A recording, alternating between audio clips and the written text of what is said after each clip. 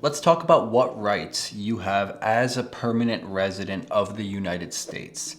I've been doing a lot of consultations with permanent residents who are just afraid of traveling internationally and wondering if they should apply for US citizenship.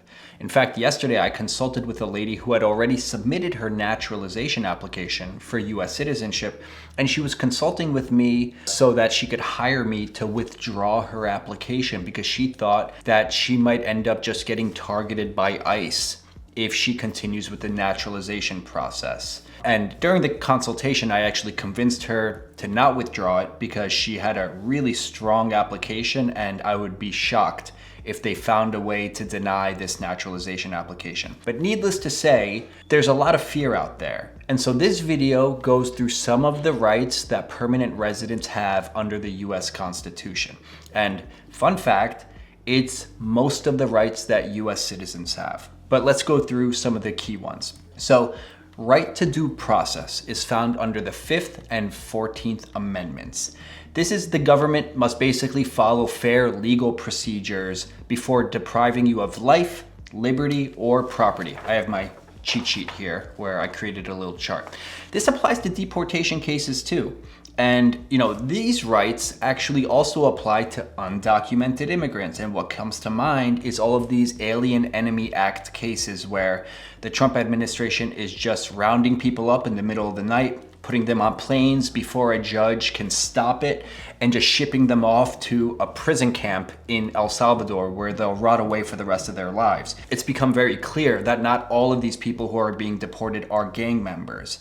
But even if they were gang members, they should still have the right to due process. And I'm gonna do another video specifically on due process because this is so fundamental to life for all persons, not just US citizens, all persons in the United States. Because what if the government just says, you are an alien enemy, you are undocumented, and before you have an opportunity to contest it in court by showing them like, hey, I'm actually a permanent resident or a citizen, you're just on a plane and shipped off somewhere where you have no access to legal counsel, no access to a phone, no access to US courts, no recourse whatsoever. That is why it is so dangerous for due process to be denied. Due process denied for anybody is due process denied for everybody. And that's one of the most important things that everyone needs to understand. Another protection offered to permanent residents is equal protection under the law. This is also found in the 14th Amendment. And basically, you're protected from discrimination by the government, except in some areas like voting or certain federal jobs where you need to be a US citizen. By the way, I'm actually going to do another video tomorrow on all the things that permanent residents cannot do and things that are not protected for permanent residents.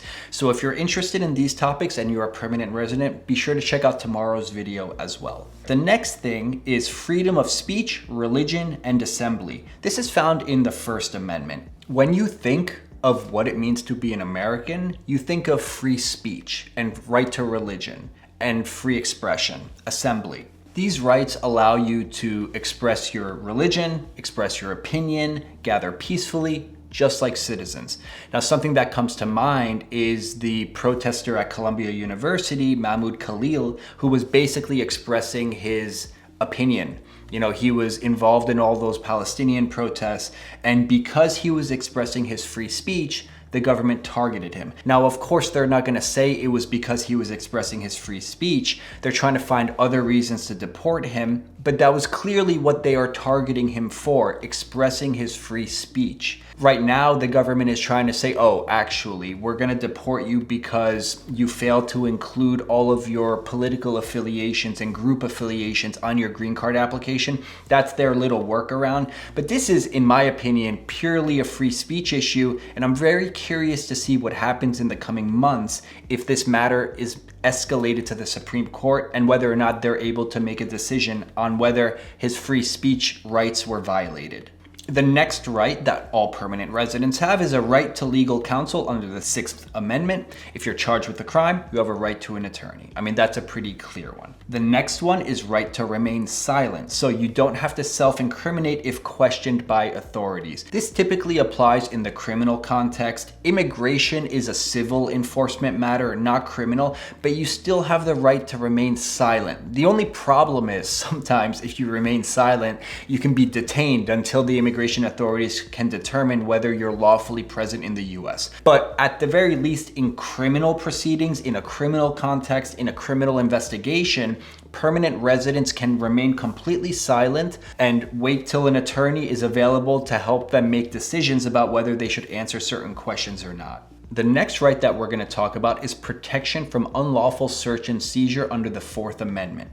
So law enforcement generally needs a warrant or probable cause to search you or your property. There are all sorts of exceptions for any attorneys or anyone who's interested. You could just look up the exceptions to the requirement for a warrant for search and seizure. For example, if you're driving a vehicle in public, it's pretty easy for a police officer to create pretext to search your vehicle, whereas if you're in your home, they can't just come search your home unless you give consent, or they have some other exigent circumstance to determine that, you know, you might be able to get rid of evidence really quickly or something like that. They need one of the exceptions to apply if they're going to search your home, but in a vehicle, they have way more of a right to search your property. In the immigration context, you see a lot of immigration officers coming to people's houses and knocking on the door, and people just voluntarily open the door and the immigration officer just walks right in. You don't actually have to open the door. What they oftentimes will show you is an administrative warrant. It says warrant for alien arrest at the top. That is not the same as a judicial warrant to search your home. You do not have to open the door unless it's a judicial warrant signed by a federal judge, not an immigration officer. So the right to not have your stuff searched, to not have your home searched, doesn't just apply to permanent residents. That actually also applies to people who have lesser status or no status at all. And the last protection that we're going to talk about is protection from cruel and unusual punishment under the 8th Amendment. So you're protected from torture or inhumane treatment in custody. This also applies for non-permanent residents, so people who are undocumented. Someone that comes to mind is Kilmar Abrego Garcia, who was just summarily deported in the middle of the night to an El Salvador, like death camp, basically. El Salvador themselves admitted that no one leaves this camp alive. You know, since there's been a lot of congressional pressure, it's my understanding that he's actually been transferred to another prison in El Salvador, but he was never, you know, convicted of a crime by the US government to be sent over there. And I would argue that the El Salvadorian prison that he was sent to, which was a terrorism confinement unit, amounted to cruel and unusual treatment. But, you know, when he's outside of the US, he has no protections under the Constitution, which brings us back to the whole due process thing. The US government sent him there, and they're just like, whoops, our mistake, and actually, we can't bring him back. It's totally up to El Salvador.